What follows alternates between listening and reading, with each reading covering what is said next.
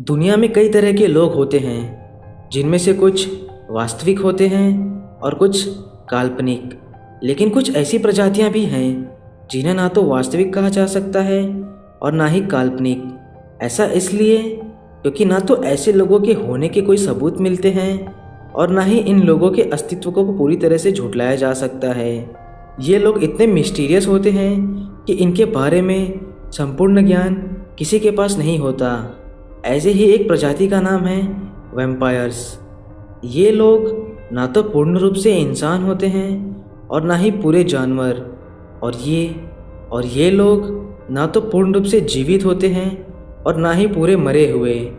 इतिहास में पाए जाने वाले दस्तावेजों के अनुसार वैम्पायर्स वो प्रजाति होती है जो यूं तो मृत लोग होते हैं, लेकिन किसी खास दिन वो जाग उठते हैं और अपनी अपनी कब्रों से निकलकर बाहर आ जाते हैं। और जागने के बाद ये लोग अपनी भूख को शांत करने के लिए इंसान या किसी जानवर का खून पीना पसंद करते हैं और फिर सूर्य उगने से पहले वापस अपनी कब्रों में सो जाते हैं। इतिहास में ऐसी कई सारी घटनाओं का जिक्र है जो वैम्पायर्स के होने की तरफ इशारा करती है। लेकिन विज्ञान की अगर माने तो वैम्पायर्स का कोई अस्तित्व नहीं है, क्योंकि विज्ञान के मुताबिक मरे हुए किसी इंसान का फिर से जिंदा होना संभव नहीं।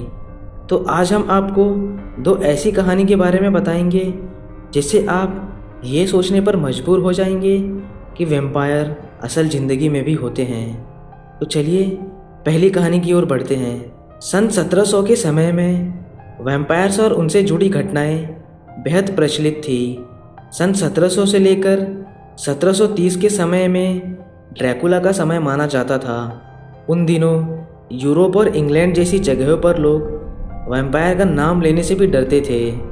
सन 1725 में किसी लोया सर्बिया नाम की जगह पर एक किसान था जिसका नाम पीटर था। उसकी मौत हो गई, लेकिन पीटर की मौत के कुछ ही दिनों बाद कुछ ऐसी घटना घटित हुई जिसे देखकर लोगों के रोंगटे खड़े हो गए। अपनी मौत के 3 दिन बाद पीटर अपने 10 साल के बेटे के पास वापस आया और अपने बेटे से कुछ खाने के लिए मांगा। उसके बेटे ने पीटर को खाना दे दिया और पीटर वहाँ से चला गया। लेकिन अगले ही दिन पीटर फिर से अपने बेटे के पास वापस खाना मांगने आया, लेकिन इस बार उसके बेटे ने पीटर को खाना देने से इनकार कर दिया। अगली सुबह पीटर का बेटा मृत अवस्था में पाया गया। उसके शव को देखकर साफ साफ पता चल रहा था कि उस बच्चे के शरीर में खून की एक बूंद भी नहीं बची है, क्योंकि उस बच्चे का शरीर पूरी तरह से सफ़ेद पड़ चुका था और उसकी आंखें खुली की खुली हुई थी, जिसे देखकर लग रहा था मानो बच्चे ने मरते समय कोई बेहद खौफनाक चीज़ देख लिया हो। उस बच्चे के डेड बॉडी में सबसे ज़्यादा विचित्र ये बात थी कि बच्चे की गर्दन की दाहिनी और पिछले भाग पूरी तरह से घायल थे। उसके घाव को देखकर ऐसा लग रहा था कि मानो किसी ने उस बच्चे की गर्दन को नोच खाया हो। इस मौत के बाद लगातार 9 दिनों तक बिल्कुल इसी तरह के मौत का सिलसिला चलता रहा और उस गांव के लोगों के बीच खौफ इस कदर बढ़ गया कि गांव वालों ने वैम्पायर हंटर्स की सहायता लेने का फैसला किया। इन वैम्पायर हंटर्स ने उन सभी 10 लोगों के बॉडीज़ की जांच की तो पाया कि सभी लोगों के मौत के पीछे किसी पिशाच यानी वैम्पायर्स का हाथ है। उन्होंने जब पीटर की कब्र को खोलकर देखा तो वहाँ मौजूद सभी लोग हैरत में पड़ गए। उन्होंने देखा कि पीटर का मृत शरीर अभी भी बिल्कुल ताज़ा था और उसके कपड़े खून से भीगे हुए थे। पीटर के छाती में एक छड़ी रखी हुई थी और पीटर के मुंह में किसी पक्षी के पंख मिले।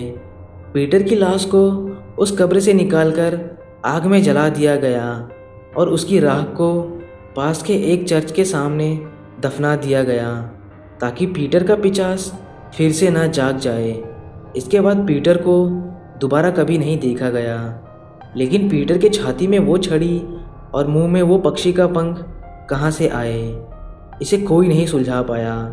या पीटर पर किसी प्रकार का अनुष्ठान करके उसे वैम्पायर बनाया गया, इस सवाल का जवाब पीटर के राख के साथ हमेशा के लिए ज़मीन में दफन हो गया। तो चलिए दोस्तों, दूसरी कहानी की ओर बढ़ते हैं। एलिजाबेथ बैथरी, उसने 21 अगस्त 1614 तक हंगरी पर राज किया और एलिजाबेथ को इतिहास में सबसे क्रूर महिलाओं में से एक माना जाता है, जिसके चलते गिनीज वर्ल्ड रिकॉर्ड में सबसे ज़्यादा कत्ल करने वाली महिलाओं में एलिजाबेथ का नाम दर्ज है। बहुत से इतिहासकारों का मानना है कि एलिजाबेथ एक जीती जागती वैम्पायर थी। वो लोगों को बहुत क्रूरता से मौत के घाट उतार देती थी। लोगों को मारने के लिए वो नए नए तरीके अपनाती थी, जिससे मरने वाले को अधिक से अधिक तकलीफ पहुँचे। वो अपने शिकार को सुइयों और कीलों से गोदती थी ताकि उसके शरीर से धीरे धीरे सारा खून निकल जाए और वो इंसान तड़प तड़प कर दम तोड़ दे। इसके अलावा वो लोगों को निर्वस्त्र करके बाहर ठंड में छोड़ देती थी जब तक उनका शरीर ठंड की वजह से जम नहीं जाता था। यही नहीं, एलिजाबेथ काला जादू करने में भी माहिर थी। 10 से 14 साल की लड़कियों को मारकर उनके खून से स्नान करती थी। उसका मानना था कि 10 से 14 साल की लड़कियों के खून से स्नान करने से उसका सौंदर्य हमेशा बरकरार रहेगा। एलिजाबेथ के क्रूरता से तंग आकर अन्य राज्य अधिकारियों ने एलिजाबेथ को बंदी बना लिया और उसके अपने जीवन के आखिरी दिन जेल में गुजारने पड़े।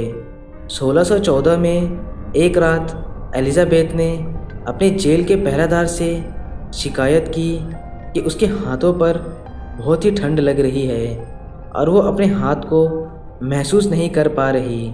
एलिजाबेथ ने पहरेदारों को बताया कि उसे ऐसा लग रहा है कि उसका पूरा शरीर आग की चपेट में है और उसे असहनीय जलन का भी एहसास हो रहा है। लेकिन पहरेदारों ने एलिजाबेथ की सारी बातों को नज़रअंदाज कर दिया। अगली सुबह एलिजाबेथ को जेल में मृत पाया गया। एलिजाबेथ की मौत के बाद उसे एक कॉफिन में रखा गया और उसे दफनाने के लिए ले जाया गया। लेकिन दफनाते समय जब कॉफिन को खोला गया तो सबके होश उड़ गए, क्योंकि कॉफिन में एलिजाबेथ की लाश गायब हो चुकी थी। एलिजाबेथ की लाश गायब होने का कारण और रहस्य आज तक किसी को नहीं पता चल पाया, और ये एक वाकई वैम्पायर थी या वैम्पायर सिर्फ एक मात्र धारणा है, या वाकई वैम्पायर होते हैं। तो दोस्तों, आप हमें कमेंट करके ज़रूर बताएं कि वैम्पायर होते हैं या नहीं, और आपको ये वीडियो कैसी लगी आप हमें कमेंट करके ज़रूर बताएं। अगर आपको ये वीडियो पसंद आई तो हमारे चैनल को सब्सक्राइब करना ना भूलें।